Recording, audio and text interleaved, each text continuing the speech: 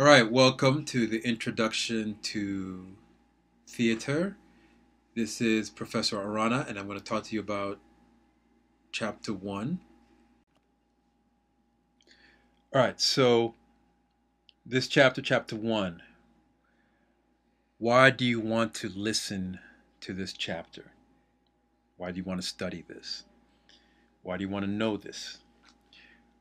All right, you're going to go to see a play, you're going to watch a movie, you're going to watch TV because you love those things. That's a great form of entertainment. And what I want you to do, though, is when you're watching a play, when you're watching TV, when you're going to see a movie, I want you to watch those things with power. I want you to watch it with discernment. I want you to watch it for greater understanding.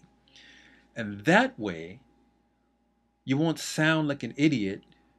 You'll sound like you know what you're talking about when you're at your next networking event or some kind of social event or hanging out with some friends. You'll be the smart one. All right? All right. Big first heavy question. What is art? What do you think it is? I know you've heard the word, and if you haven't looked it up in a dictionary, I'm sure you have some ideas on what art is. For me, I remember when I was a kid and I wanted to get a sense of connection. I wanted to express something that was inside of me. And I remember when I started drawing, I found a sense of connection, a feeling that I got when I actually drew something. So it was a way that I created something out of nothing. So nothing was there to begin with, and I created something. And to me, that's what I would consider art to be.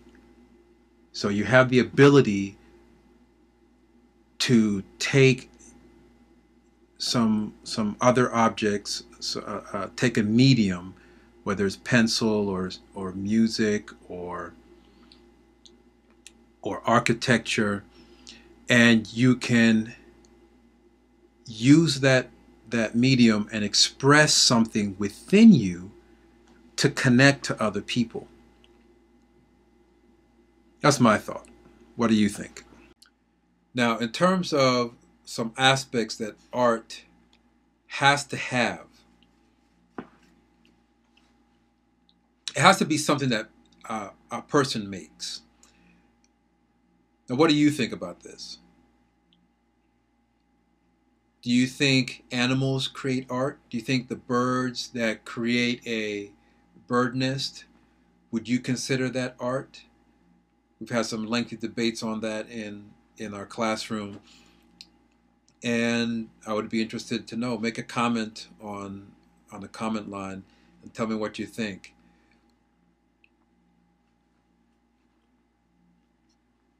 Art has a subject. It has to be about something. That's what we mean when we're talking about a subject.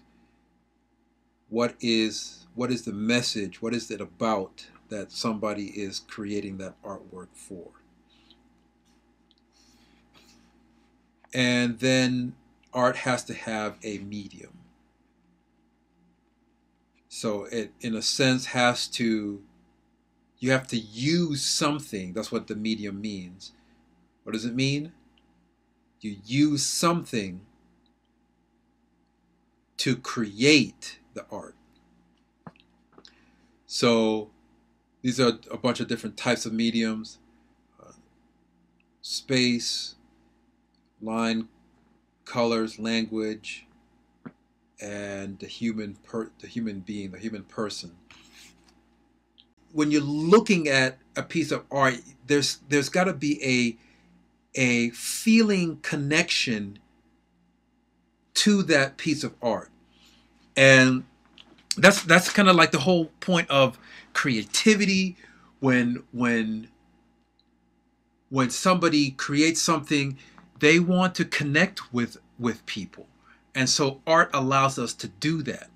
It allows us to express ourselves and allows us to other people to feel our expression, other people to feel something from that art. And a great artist, a great commercial artist, will be able to do that to a large number of people. And a great artist will also be able to do that consistently and with, I guess you could say, high levels of impact. You know, the world can be very messy at times, and art organizes it. It allows us to control it in a sense. And you know, that's something that a lot of people, a lot of artists want to be able to do. They want to be able to control something that they see in nature and give it a new meaning.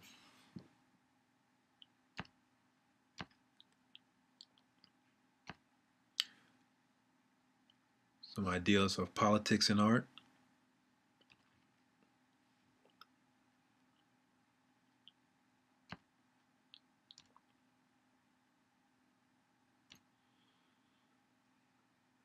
All right, so now what is theater?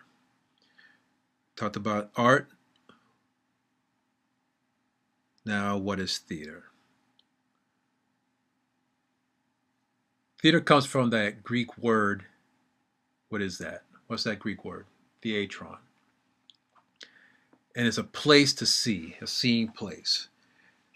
It's an area that somebody can watch somebody else.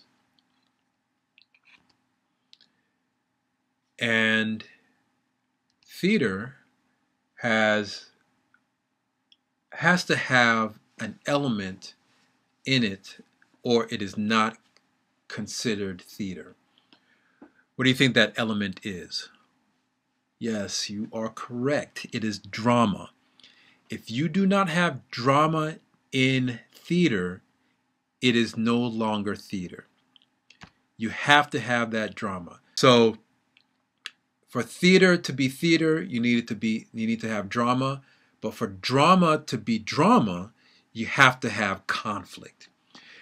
And conflict is that idea where two opposing forces,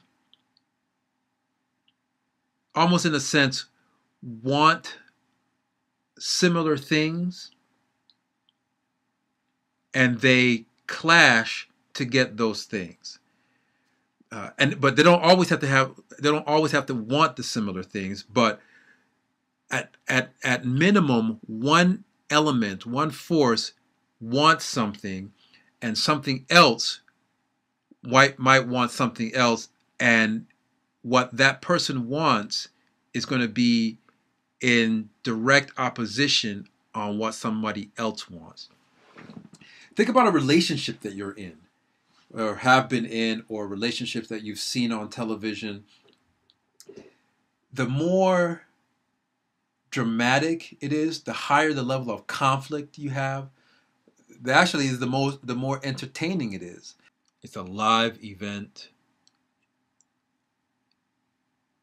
and it deals with the human experience, and you have to work with other people.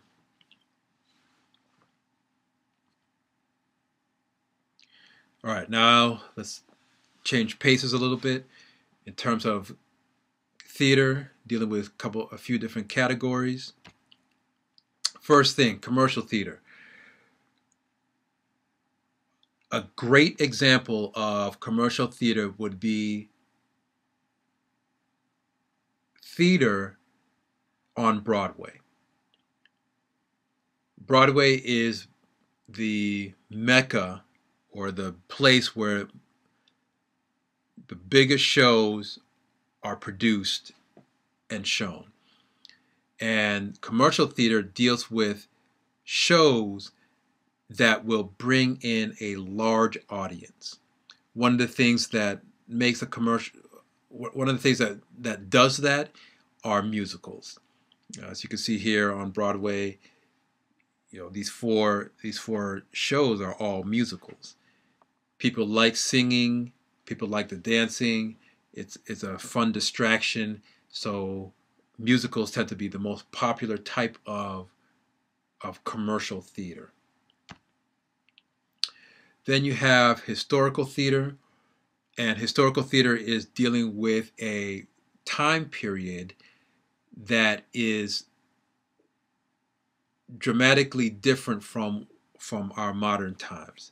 So if you're looking at things in the last century, 1800s, and even some certain plays, maybe 1920, 1930, but when you start going into 1950 and on, you start to get more into the modern era. And so historical theater deals with past ideas, older ideas.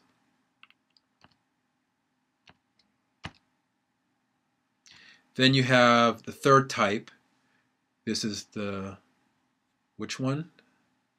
Third political theater type. We mentioned a little bit before how politics plays a part in theater, and what you're talking about here are shows that emphasize the politics. So you're looking at shows that address social situations, basically things that are going bad in society, and somebody wants to address it. Somebody wants to deal with that particular issue, and they would do a play about it. Now you have to be careful because pretty much all plays deal with some sort of a social issue, but when we're dealing with political theater, that's the main emphasis, right? So a play like experimental theater, we want to go as far out and push these boundaries when you're doing an experimental theater piece. So you're going to see things that you don't normally see. You're going to experience things that you don't normally experience. They go beyond what is the traditional idea of theater. So it might be doing a play in a strange location, doing a play with unconventional types of characters. So that's what's meant when you're dealing with experimental theater. And then cultural theater is the theater that speaks to a specific group in our society. And it's usually what you could say is a subculture. So African American is a subculture in this country. And of course, we're not talking about sub as in beneath or not worthy of, but sub just in terms of that is not the main culture in the United States. White Anglo-Saxon men are the main culture in terms of there are more white people here. All right, now art versus entertainment. This is what again? The right side is the side that deals with entertainment. The one I like is the one it makes us think. When you're looking at art, there's a thought process involved. You become engaged with what is being seen, and it requires you to think. But entertainment doesn't need you to think. It doesn't need you to engage. It's what can be considered fluff. And that is it for chapter 1.